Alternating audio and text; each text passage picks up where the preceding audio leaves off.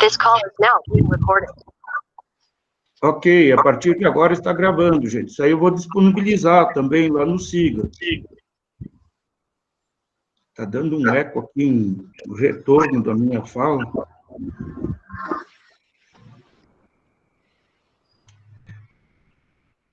Então, já que não recebi dúvidas, nem por e-mail, nem pelo WhatsApp, eu vou comentar hoje sobre o Adam Smith.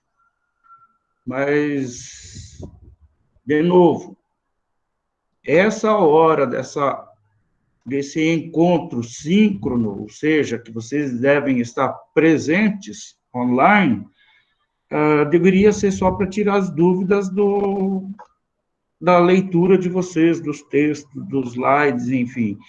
E comentando, quem foi que falou antes aí? A Letícia, né? Note, a coleção dos economistas, a obra do Adam Smith, tem 2 volumes. E eu sintetizei praticamente em um slide as principais teorias do Adam Smith, que é considerado o precursor da ciência econômica. E tem um detalhe aí que, na verdade, eu até nem consta nesse slide, mas aí eu me lembrei, eu tenho que comentar com eles. Que é o seguinte, o Adam Smith, por que ele publicou lá em 1776 A Riqueza das Nações? Aí vocês têm ferramentas na internet, gente, entrem lá, Adam Smith no Google, vocês vão ver lá biografia, artigos, outras referências. Não precisa ler a obra toda dele, não. Vocês hoje têm muitas ferramentas, têm facilidade para... Ai, eu estou com a câmera desligada. Só um pouquinho.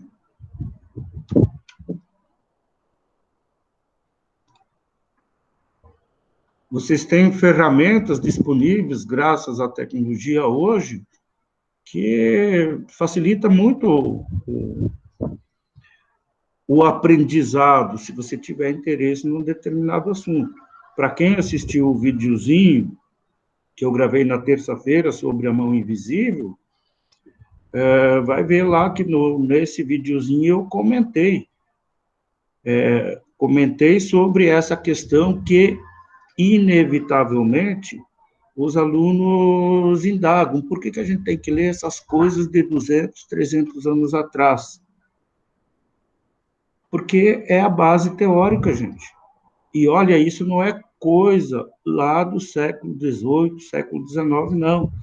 Isso aí faz referência, entender os clássicos da economia, e na segunda parte, para quem olhou, deu uma passada aí nos slides, nós vamos ver que nós temos uma segunda parte, que nós vamos tratar dos autores socialistas. Os clássicos são liberais, gente. Os socialistas, eles são os chamados hoje progressistas, de esquerda. Os clássicos são os liberais, conservadores, também chamados de direita. E no videozinho da terça-feira, eu comentei com vocês que no final da Segunda Guerra, no século passado, 1945, o mundo ficou dividido entre essas duas correntes, literalmente dividido. Tem uma cidade lá na Alemanha, que, aliás, é a capital da Alemanha, Berlim, foi dividida porque foi construído um muro separando um lado socialista, sob o domínio da então União Soviética, liderada pela hoje Rússia e demais países da época que compunham a antiga União Soviética, e do lado oeste da cidade, do lado ocidental, dominada pelos americanos à época, que eram os representantes, junto com os aliados, Inglaterra, enfim, os representantes de um outro sistema de produção, que era conhecido como capitalismo. Então, um embate entre capitalismo e socialismo. No socialismo, é um Estado totalitário. As pessoas não votam para escolher presidente. Ah, mas lá o Putin, na Rússia, foi eleito. Lógico, gente, não tem partido adversário. Quando surgem adversários, foi há pouco tempo, mês passado, um opositor ao Putin lá na Rússia, ele foi envenenado no aeroporto ali. Sorte dele que foi internado às pressas no hospital lá da Alemanha e conseguiu salvar, conseguiu sobreviver. Mas, misteriosamente, os opositores somem. Isso é Estado totalitário, gente. E esse confronto, ele não é... Nós, lendo os clássicos, nós entendemos o mundo, não daquela época, gente, o mundo de hoje. Esse confronto que há entre duas correntes, e elas passam pela ciência econômica, sim, são modelos de produção. Em um modelo de produção, o Estado é totalitário e ele é que determina o destino das pessoas, o que você vai fazer, onde você vai morar, trabalhar, quanto você vai receber. Isso é um Estado totalitário. Ah, isso não existe mais. Existe, gente. Olhem ali a China. Olhem a Coreia do Norte, Cuba, Venezuela agora, aqui do nosso lado. A Bolívia, domingo, elegeu um poste lá do Evo Morales. A Argentina, que está se afundando, que voltou kirchnerismo, são os progressistas de esquerda. Fecharam a Argentina por 8 meses nessa onda da OMS, que é dominada pela China, pelo governo chinês, que é totalitário. Nenhum chinês, tem 1 bilhão e 400 milhões de chineses, nenhum elegeu aquele governo. Ele foi implantado na Revolução Chinesa, lá do Xi Jinping, não sei de quando, lá dos anos 20, 30.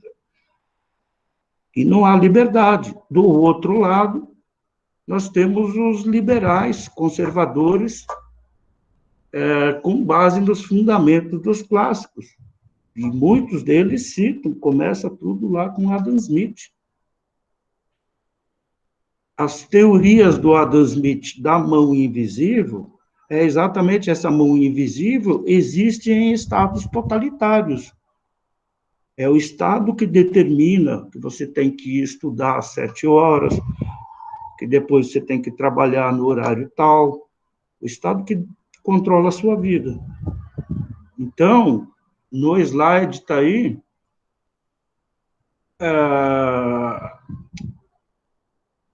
desculpe, a mão invisível dele é que não precisa haver a existência desse Estado totalitário. Numa economia de liberdade, de livre comércio, os agentes eles se mobilizam e tomam as suas ações e as suas decisões como se existisse uma mão invisível. Mas não há necessidade do Estado cumprir esse papel da mão invisível e determinar o que os agentes devem fazer. Entende? Então, as teorias do Adam Smith, elas são muito atuais e nos fazem compreender o mundo de hoje, não necessariamente o mundo lá dos anos 1700. O mundo de hoje, gente. Eu perguntaria para você se,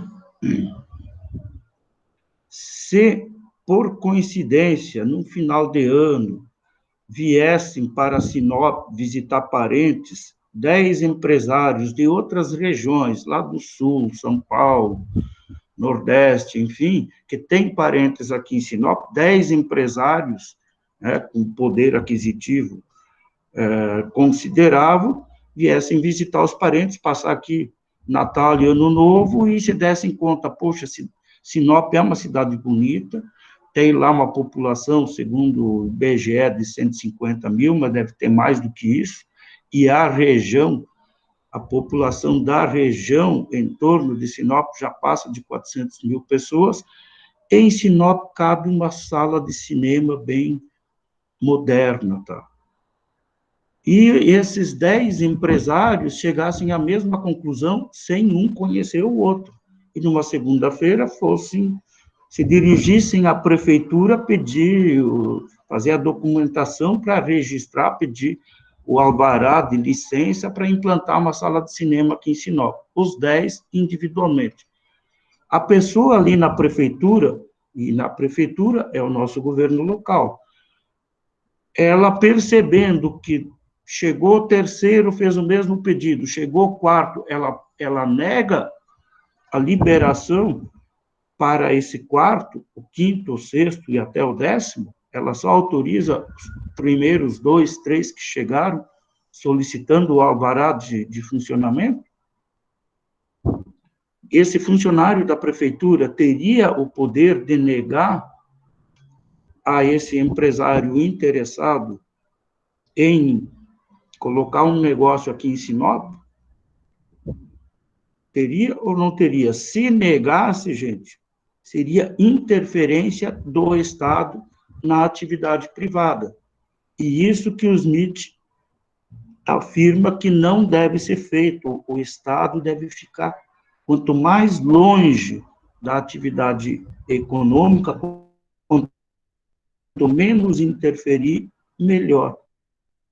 Os agentes, a economia vai encontrar o equilíbrio das atividades, das mais diversas atividades. Então, supondo que esse agente da prefeitura não intervindo, seguindo o modelo liberal do Smith, não intervém e dá o alvará de instalação, de funcionamento, enfim, para os 10 empresários. Os 10 abrem salas de cinema em Sinop. Sinop comporta 10 salas de cinema? Eu acho que não, né, gente? Então, quem vai decidir quais salas de cinema vão continuar funcionando e quais vão ter que ser fechadas? Quem decide isso, gente? Quem? A mão invisível? E quem é a mão invisível? A demanda, nós, os consumidores. Isso, os consumidores. Na teoria da mão invisível, os me diz o Estado não tem que interferir. Você tem 10 sujeitos, empresários, empreendedores, dispostos a investir seu capital e arriscar nessa atividade, laissez-faire, ou seja, deixa eles fazer. Comporta 10 salas, não interessa para o Estado, no caso a prefeitura, olha, eu acho que não comporta 10 salas, já tem 5 empresários que pediram licença, você vai querer instalar também mais uma sala, não tem mercado para todo mundo. Quem tem que definir isso não é o funcionário, o agente público, na figura do Estado, representando o Estado por nossa questão municipal aqui. Quem tem que definir isso, quem vai sobreviver, funcionar, continuar funcionando ou não, é o mercado, é a demanda, são os agentes, e não o Estado. É isso que o Smith defende na teoria da mão invisível dele. Mas sobre o Smith ainda, eu percebi, praticamente eu não coloco nada nesse slide, mas é muito importante, só tem o título da obra dele, A Riqueza das Nações. Ninguém ficou curioso de se perguntar por que desse título? Então, eu tenho que abreviar aqui rapidamente a história do Adam Smith. O Adam Smith era um sociólogo britânico, sociólogo, não era economista, porque não existia ainda a ciência econômica. E, na condição de sociólogo, ele observava as pessoas, o comportamento das pessoas, enfim. Ele tem outras obras publicadas antes, na área dele, antes da Riqueza das Nações. Mas ele publicou em 1776, mais ou menos uns 20 anos, ele tinha feito uma viagem para o continente, passou pela França e ficou muito tempo na Espanha. Então, deve ter sido lá por volta de 1750. Não sei quanto tempo ele ficou lá, mas foi coisa de mais de ano. E ele ficou empolgado com a população espanhola, com a pujança do Estado espanhol, e retornou para a Inglaterra. Alguns anos depois, ou seja, em torno de 20 anos depois, ele retorna para a Espanha e fica decepcionado com aquele país. As cidades, que a economia era pujante, as pessoas tinham empregos, renda, enfim, estava tudo em decadência. E ele não conseguia entender como, na época, lembrando que a Espanha foi grande colonizadora de todos os nossos vizinhos aqui da América Latina e até o México lá.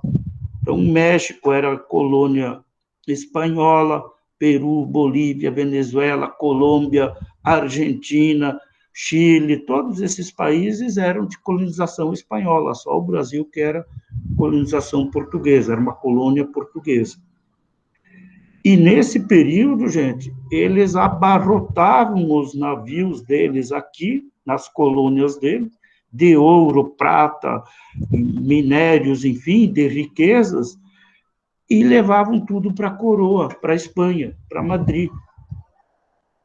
Então, o Smith ficou encucado. Como pode a Espanha, recebendo tanta riqueza das colônias, a população está empobrecendo? E aí ele foi investigar esse fenômeno, que parece uma contradição mesmo.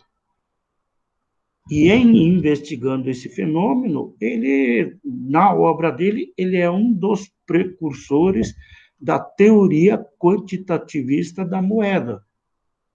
Ou seja, quanto mais moeda você coloca em circulação numa economia, mais, em vez de ficar mais rica, a população vai ficar mais pobre. Alguém tem uma ideia de por que esse fenômeno acontece? Gente, me deem um feedback. Não tenho ideia. Estou aguardando a sua explicação, professor. Teoricamente, você tem mais moeda em circulação, a população deveria ser mais rica, né? Com maior poder aquisitivo, não é? É o que parece. Tá. Olha só como entender os clássicos é importante. E não para entender a vida deles lá em 1700, para entender a economia, o mundo hoje. Lembro do início da nossa pandemia, aí o que o governo federal fez? Aliás, o que o STF deixou o governo federal fazer, porque o governo federal não poderia se intrometer na administração dessa pandemia. O STF determinou que isso seria a responsabilidade dos estados e municípios. Mas, ao governo federal, ele podia liberar dinheiro, recursos, não é? O que a equipe econômica do meu xará, Paulo Guedes, fez de imediato? Liberou o auxílio emergencial para 40 milhões aí de invisíveis que ninguém sabia que existiam. Não foi isso, gente? Foi. Então, aumentou a quantidade de moeda em circulação. E tirou muita gente aí de um sufoco aí nesse período, principalmente o pessoal que trabalha como autônomo, que tinha lá uma fonte de renda, uma barraquinha de pipoca, enfim. Com esse isolamento, fica em casa, as pessoas perdem a renda. E em perdendo a renda, não significa que as pessoas não precisam mais consumir. Elas precisam consumir, principalmente alimentos. Mas aumentando a quantidade de moeda em circulação, o que aconteceu com os produtos da nossa cesta básica? Teve aí toda uma polêmica em torno do arroz e do óleo vegetal. Os preços não subiram? Sim, teve um aumento exorbitante. Pois é. Então, aumentando a quantidade de moeda em circulação, você pressiona os preços. Tem uma formulazinha em economia, mas ela não está aqui no slide. Mas se você aumenta a quantidade de moeda e não aumenta na mesma proporção a produção dos bens, imagine, não aumentou a produção de arroz nesse curto período, mas aumentou a quantidade de moeda em circulação. Aonde que vai gerar o impacto? O impacto você vai dar sobre o preço, porque há uma demanda maior por aquele produto, no caso, o arroz. Então, se não houve por parte dos produtores de arroz, e lógico, nem seria possível, porque a produção é sazonal, eles não poderiam sair plantando, e mesmo se plantassem lavouras e mais lavouras de arroz, tem toda uma questão de clima, época, não é o período adequado, mas mesmo assim, se tivesse implantado, tem um tempo para colher o arroz, não é plantar hoje e colher amanhã e colocar no mercado. Então, houve um impacto, uma demanda maior, as pessoas ficavam mais em casa, muitos tiveram esse recurso emergencial de R$ 600 e conseguiram demandar esses produtos da cesta básica, e o impacto se deu sobre os preços. Eu vou fazer uma analogia com vocês. Lembrem da Espanha. A Espanha entrava moeda, riqueza lá na Espanha, colocava em circulação. Aparentemente, a população espanhola deveria ser cada vez mais rica, ficar cada vez mais rica. E o que o Smith percebeu foi o inverso. A economia entrou em decadência. Então, eu vou explicar de uma outra forma isso aí, tá? Mas se quiserem fazer a analogia com a população espanhola e com a coroa espanhola, tudo bem. Imaginem vocês, os matriculados em economia clássica, são 27, me parece, matriculados nessa disciplina. Vocês são a população de um país, os 27. E eu, como professor, imagine que a gente está lá na sala de aula, no campus. Eu, como professor, sou o governador, o governo de vocês. E vocês recebem a renda de vocês, com o trabalho de vocês, que basicamente seria estudar e ler, eu pago para vocês, vamos colocar aí, R$ 4 por dia. R$ 4 por dia. Então, a renda per capita dessa população é, em média, R$ 4 por dia. E nós temos uma indústria. Esse país nosso, que é a nossa sala de aula, tem uma indústria que produz bens. Onde é que está essa indústria? É a cantina lá. O menino lá da cantina que vende cafezinho e vende, digamos, cachorro-quente. Cachorro-quente custa R$ 4. Ele vende o cachorro-quente por R$ 4. Para você sobreviver, ter lá os seus, enfim, você precisa consumir pelo menos um cachorro-quente por dia. E você tem renda para isso. E todo dia você recebe de mim, que eu sou o governo, eu sou o patrão de vocês são o país, a população, vocês recebem esses R$ 4 e se dirigem à cantina e vão consumir o seu cachorro-quente, que custa R$ 4, e vocês têm renda para isso. Ok? A nossa economia está em equilíbrio. Vocês estão sobrevivendo, vivendo, né? A indústria nossa está produzindo, e vocês estão recebendo renda e estão consumindo. Mas aí, digamos que eu sou o governo, mas aí se aproxima um período de eleições e eu preciso agradar vocês. O que eu faço para agradar vocês? Olha, eu tenho recursos no Tesouro Nacional aqui, eu vou distribuir, em vez de pagar R$ 4 por dia para essa população, para eles votarem em mim, eu vou distribuir R$ 8 por dia. E vocês ficarão felizes, não ficarão? Todo mundo surdo aí. Sim, com certeza. Vocês ficariam muito felizes. Ah, o Paulo é um governo, eu vou votar nele. Eu recebia 4 por dia, agora eu recebo 8. Notem, o que aumentou, recebendo R$ 8 em vez de 4, aumentou o seu poder de consumo, não é? Lógico, o cachorro-quente lá na cantina continua custando R$ 4. Mas agora o teu poder de compra é de R$ 8.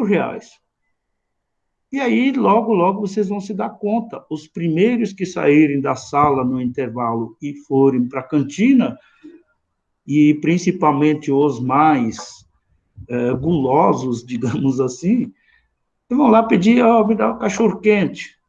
Não, pensando bem, me dá 2. Lógico, você tem recursos para pagar 2, você vai consumir 2. O seu colega que vai chegar logo em seguida, eu peguei 2, eu posso pagar 2, ele também vai pedir 2. E aí, digamos, são 27 alunos nessa metade, 27 dá 13, 13,5. Digamos, os 13 primeiros que chegam pedem 2 cachorros-quentes. Eles podem pagar, o poder aquisitivo é de 8. E aí, pronto. Os primeiros 13 consumindo 2, multiplicando, já dá 26. A capacidade de produção da nossa indústria era de 27. Aí vai chegar o 14º aluno lá, com R$ 8. Me dá 2 também, só tenho mais um. Então me dá esse um mesmo. E esse aí fica com R$ 4 no bolso. Gastou 4, comprou um cachorro-quente e fica com 4 no bolso. E os próximos 13, os que chegaram atrasados, com R$ 8 no bolso, vão chegar na indústria, demandar cachorro-quente. O que vai acontecer? Não tem cachorro-quente. Eles têm o dinheiro, mas não há o produto disponível. Lógico que eles vão ficar muito bravos, né? Eles vão esbravejar, xingar todo mundo, tá? Xingar o dono da indústria lá, não produziu, não está disponibilizando o produto. E aí eles vão entrar em um acordo. Olha, amanhã reserva para mim um cachorro-quente para amanhã, pelo menos um. Tudo bem, o cachorro-quente está a R$ 4, eu vou reservar para você, mas não sei, a demanda aumentou. Não, mas então faz o seguinte, eu pago 8 por um cachorro-quente, mas eu quero o meu. Notem, pressão sobre os preços, ela não vem necessariamente da indústria que está produzindo. Ela pode vir também por parte da demanda. Nesse caso, o aluno que ficou hoje sem cachorro-quente, ele vai reservar um cachorro-quente amanhã, e como hoje ele não gastou os 8, e amanhã ele vai receber mais 8, amanhã ele vai estar com R$ 16 no bolso. Então, como ele quer muito cachorro-quente para amanhã, ele se dispõe a pagar R$ 8. E o dono da indústria percebe, poxa, aumentou a demanda, quer saber de uma coisa? Eu vou aumentar o preço do cachorro-quente, porque eu não consigo produzir imediatamente mais do que 27 cachorros-quentes por dia. Para isso, eu tenho que comprar mais máquinas, equipamentos e contratar mais pessoas. E num curtíssimo prazo eu não consigo fazer isso, mas a demanda aumentou subitamente. Então, eu vou aumentar o preço, lógico. Resumindo a história, no final das contas, passada uma semana, todo mundo está recebendo R$ 8, chega na cantina para comprar um cachorro-quente, quanto que vai estar custando o cachorro-quente? R$ 8. Inflação. O preço, todo mundo está conseguindo consumir um cachorro-quente. A renda das pessoas aumentou de 4 para 8, o preço subiu de 4 para 8, ficou em equilíbrio novamente. Então, imagine, a Espanha foi abarrotada de moedas, a economia espanhola, a pressão foi sobre os preços. Mas então deveria ficar tudo igual. a Espanha não deveria ter empobrecido. Por que que empobreceu, então? Vamos voltar para o nosso exemplo aqui da nossa população, formada por vocês, matriculados na disciplina, e a nossa indústria, que é a cantina que fabrica cachorro-quente. O preço do cachorro-quente vendido na cantina vai estar custando R$8.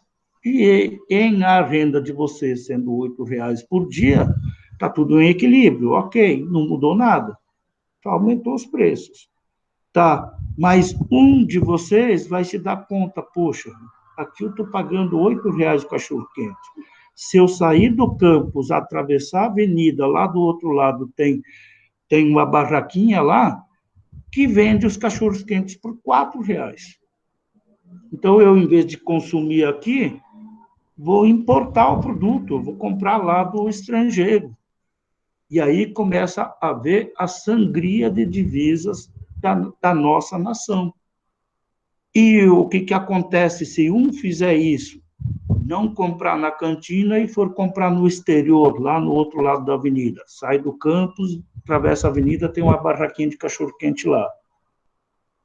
O nosso empresário, que tinha fabricado 27 cachorros-quentes para serem consumidos naquele dia, vai ficar com um cachorro-quente sobrando.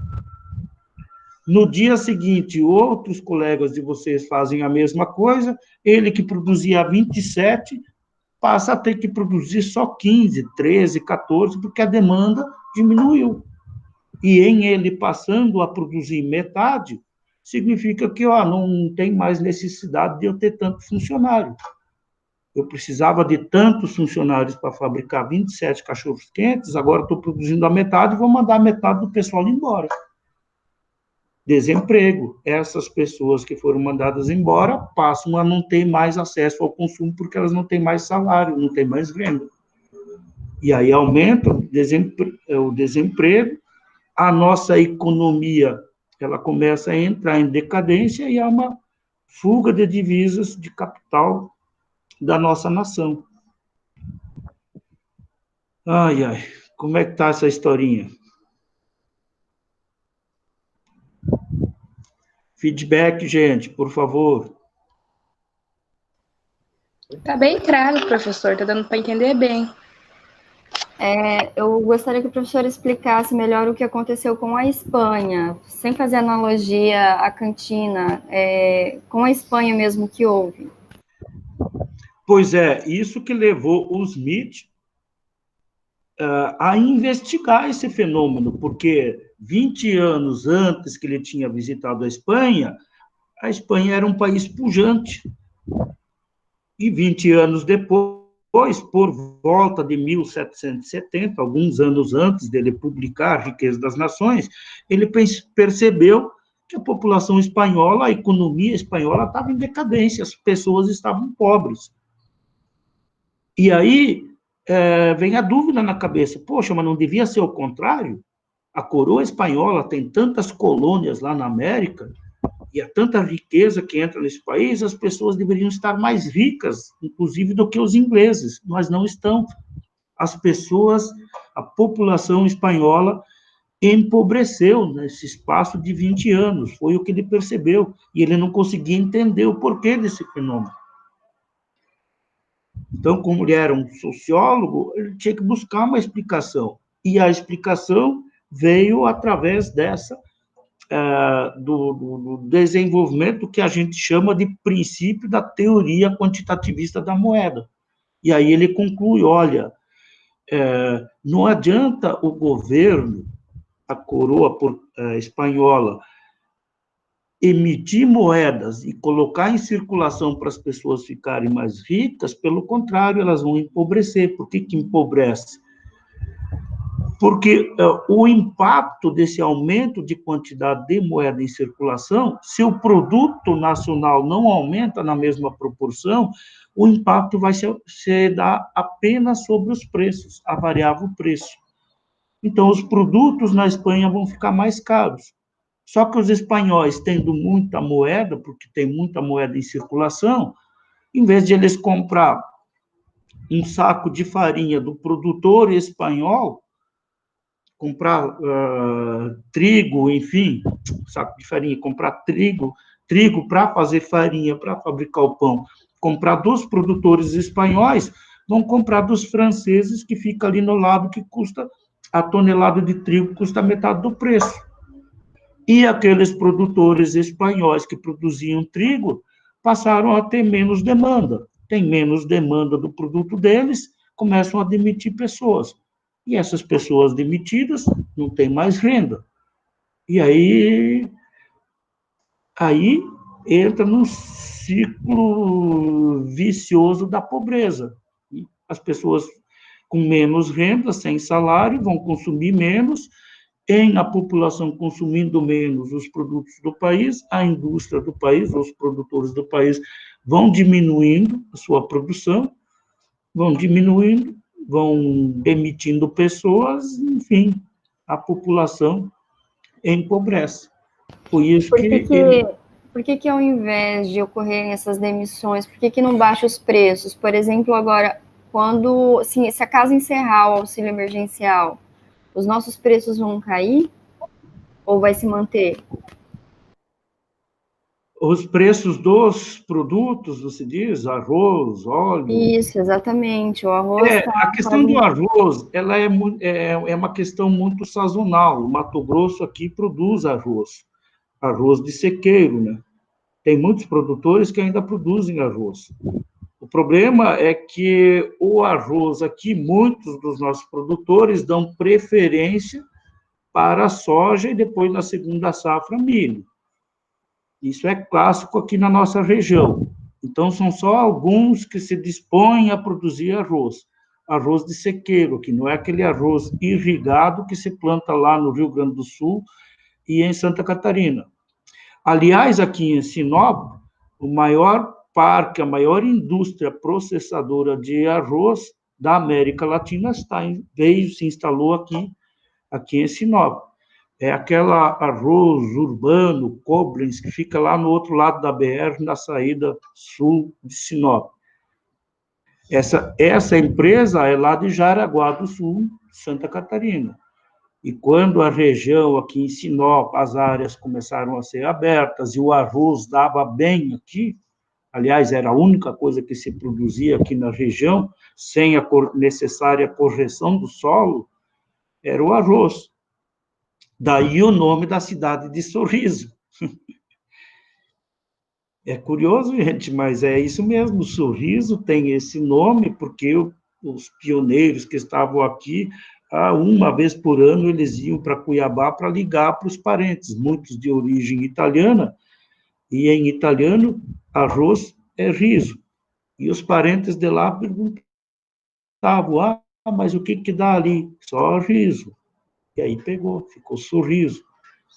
O nome da cidade de Sorriso não tem nada a ver com a carinha do sujeito lá, sorridente, não tem nada a ver com isso, tem a ver com a cultura do arroz. Então, o produto arroz é sazonal. Como os preços subiram muito, estima-se que o comportamento dos produtores vai ser plantar mais arroz, o preço está bom, está atraente, não é? Então, a tendência é os preços voltarem ao equilíbrio. A questão do auxílio emergencial, não tem como o governo ficar pagando esses 600 reais. Note que o total do pessoal da Bolsa Família, que deve ser uns 20 e poucos milhões de pessoas, mais os 40 milhões de invisíveis, aqueles... pessoal que trabalhava aí por conta e não recebia nem Bolsa Família, nem nada, esse pessoal aí soma aí mais ou menos 60 milhões de pessoas, gente. E você continuando a pagar isso, note, o governo tem lá a Casa da Moeda, mas se ele for imprimindo dinheiro e distribuindo, isso aí... A produção não aumentando na mesma proporção da quantidade de moeda que ele coloca no mercado, coloca em circulação, o impacto, gente, é por isso que é a teoria econômica, o impacto vai se dar sobre os preços, e não tem jeito. E em os preços dos nossos produtos aqui aumentando, eles perdem competitividade com os preços de outros países. Então, a saca do arroz aqui começa a subir muito, e o governo continuar se injetando essa quantidade de moeda em circulação, as indústrias processadoras de arroz, e principalmente os grandes atacadistas, não iriam mais comprar o arroz dos nossos produtores nacionais e iam importar arroz da Argentina, do Uruguai e de outros países. E isso ia gerar para os nossos produtores aqui, produziram arroz, mas não conseguiram vender àquele preço. E aí começa a haver demissões, enfim. Não sei se ficou bem claro. Quem que perguntou aí, Daniele? Não fui eu, professor, tá claro, sim, obrigada.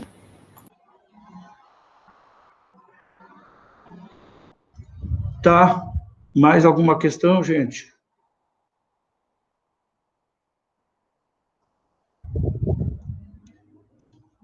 Pessoal, eu tenho que insistir com vocês para vocês acessarem, lerem e principalmente assistirem os videozinhos que eu gravo lá, porque eu estou vendo, o SIGA me mostra lá quem acessou, quando acessou e o que acessou. O videozinho de terça, até ontem de manhã, só uma pessoa tinha assistido. É um videozinho curto, de 10, 12 minutos, sobre a questão da mão invisível, mas se vocês não têm interesse, gente, eu não posso fazer nada. Até sexta-feira eu vou disponibilizar lá no SIGA a primeira atividade de vocês. Vai aparecer lá como atividade 01, um arquivo doc, que vocês vão baixar ele pelo SIGA. Eu não vou mandar por e-mail, não. Eu vou mandar pelo SIGA, porque daí fica registrado que vocês acessaram lá a atividade. Aí vocês baixam, preenchem, resolvem a atividade e vão me remeter de volta por e-mail até terça-feira, dia 27. Então, vocês vão ter sexta, sábado, domingo, segunda, até terça-feira. 4 dias aí para... mas que atividade vai ser? Eu ainda vou pensar nela, hoje à tarde, provavelmente, ou amanhã, para disponibilizar na sexta. Vai ser uma questão de interpretação com base no que vocês leram. Então, não adianta, gente, eu vou, a hora que ele mandar a questão, eu vou olhar lá no texto, no slide, e vou responder como está assim. Não, você vai ter que interpretar a coisa, tá? Vai ser uma atividade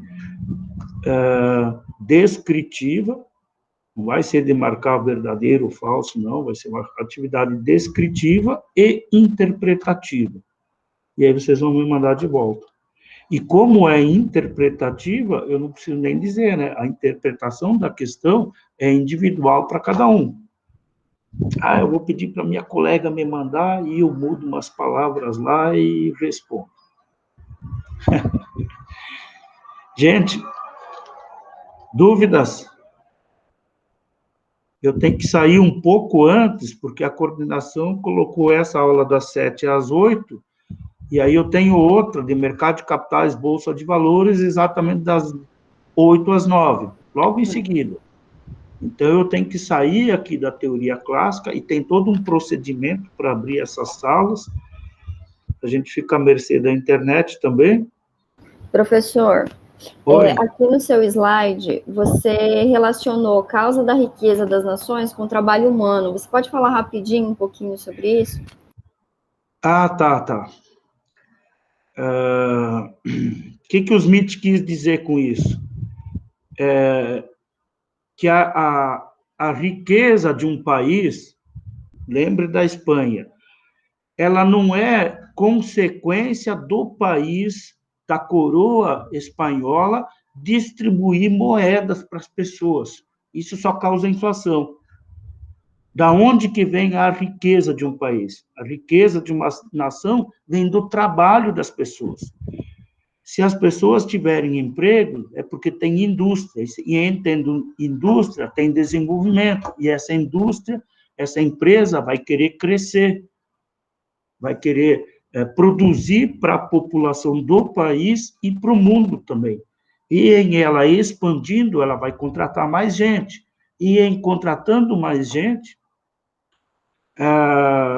vai ter mais população daquele país com salário. E em essas pessoas tendo salário, elas vão ter acesso ao consumo. Então, você entra num ciclo virtuoso do crescimento, né, econômico de uma nação. E aí ele defende, não é governo distribuindo dinheiro à vontade que o país vai ficar rico. O que torna o país rico é o trabalho das pessoas. Para ter trabalho, precisa ter empreendimentos, empresas, né, profissionais liberais, prestação de serviços, tudo que a gente tem hoje, né? Turismo também, é uma indústria, tem a indústria do turismo. E depois, lá embaixo, ele trata da questão da divisão do trabalho, né? Uma empresa, ele tem, eu coloquei em amarelo ali embaixo no slide, a questão do exemplo que ele fala da fábrica de alfinetes. Aliás, são 2 fábricas de alfinetes. Então, ele comenta, tem 2 fábricas de alfinetes, aqui na Grã-Bretanha, na Inglaterra, enfim, mais ou menos do mesmo porte, com mais ou menos a mesma quantidade de funcionários. Só que em uma fábrica, o processo de produção é o seguinte, chega a matéria-prima, um funcionário vai lá e pega parte dessa matéria-prima e passa por todas as etapas do processo de produção. Ele falou em fábrica de alfinete, nem se sabe se isso é fato real ou não, ou se ele inventou para simplificar o que ele queria dizer. Então, um funcionário pega lá a matéria-prima, que é lá o arame cru, metal cru, enfim, corta no tamanho certo, faz a ponta daquele alfinete, faz a cabeça do alfinete e participa de todas as etapas de produção. E o outro funcionário vai lá e pega também matéria-prima e faz tudo até o produto final. E outra fábrica do mesmo porte, com os mesmos funcionários, o processo de produção era por divisão do trabalho. Uma parte dos funcionários recebe a matéria-prima, uma outra seção da empresa tem funcionários lá só para cortar aquele arame cru, na outra seção o sujeito faz a ponta do alfinete e por aí vai. E aí ele exagera um pouco, eu não lembro dos números agora, teria que olhar o livro do Smith, o original, mas ele coloca assim uma diferença absurda.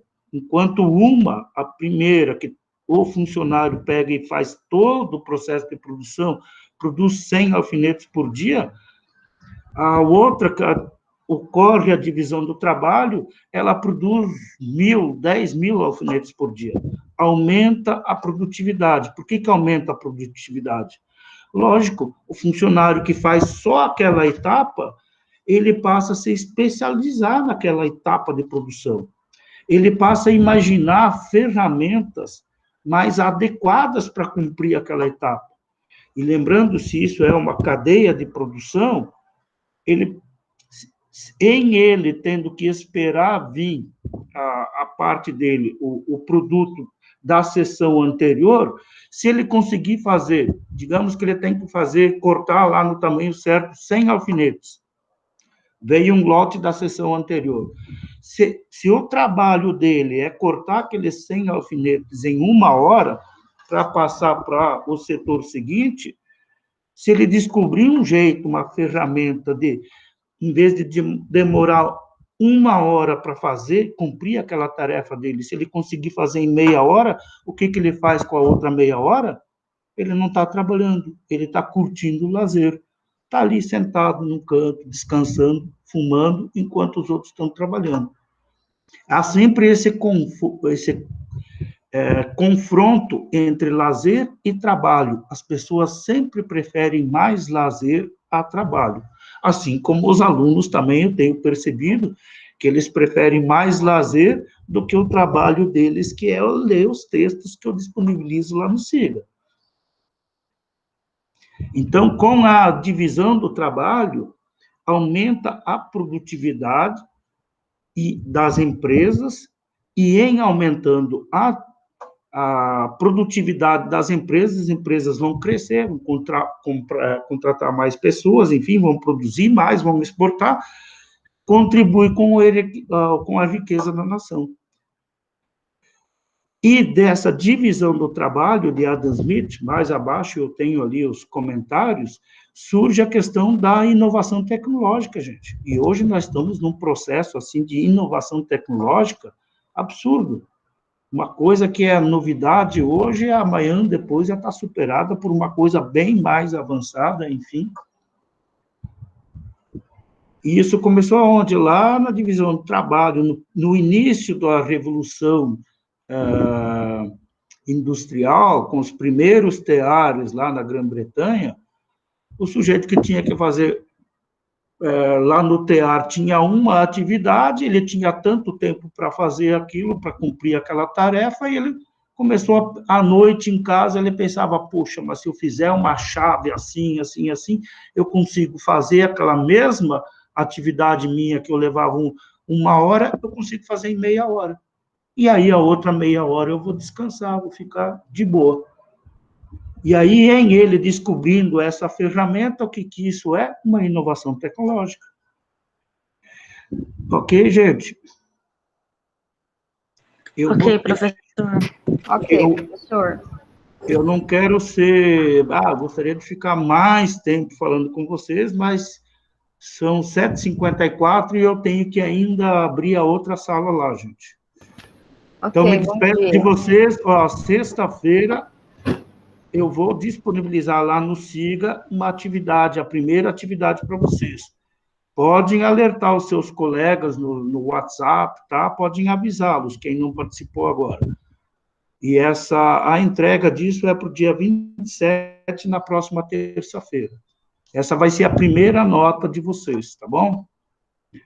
Ok, professor. Ok? Na medida que vocês forem me mandando dúvidas por e-mail ou pelo WhatsApp, eu vou gravando videozinhos curtos para vocês. Ok? Então, aproveitando, então, se você puder fazer um vídeo curto a respeito da fisiocracia, que você disse que ela foi muito rápida, só que a gente não chegou a comentar muito sobre isso nas aulas. Ok. Quem está falando aí? É, Letícia. Oi, Letícia. Bem lembrado. Essas coisas, vocês têm que participar, porque notem que eu já fui para os clássicos e não passei na fisiocracia. Não tem como dar todo o conteúdo para vocês nessa uma horinha aqui. Eu vou anotar aqui, Letícia. Até vou anotar seu nome aqui, porque na hora de eu lançar as notas, eu vou lembrar quem que está. Prometo que mais tardar talvez hoje à tarde ainda, eu já gravo um videozinho curto, fisiocracia, e disponibilizo lá. Tá bom? Ok, professor, bom dia, tchau. Bom dia para vocês. Podem ir saindo que eu fecho a sala aí. Bons estudos, gente.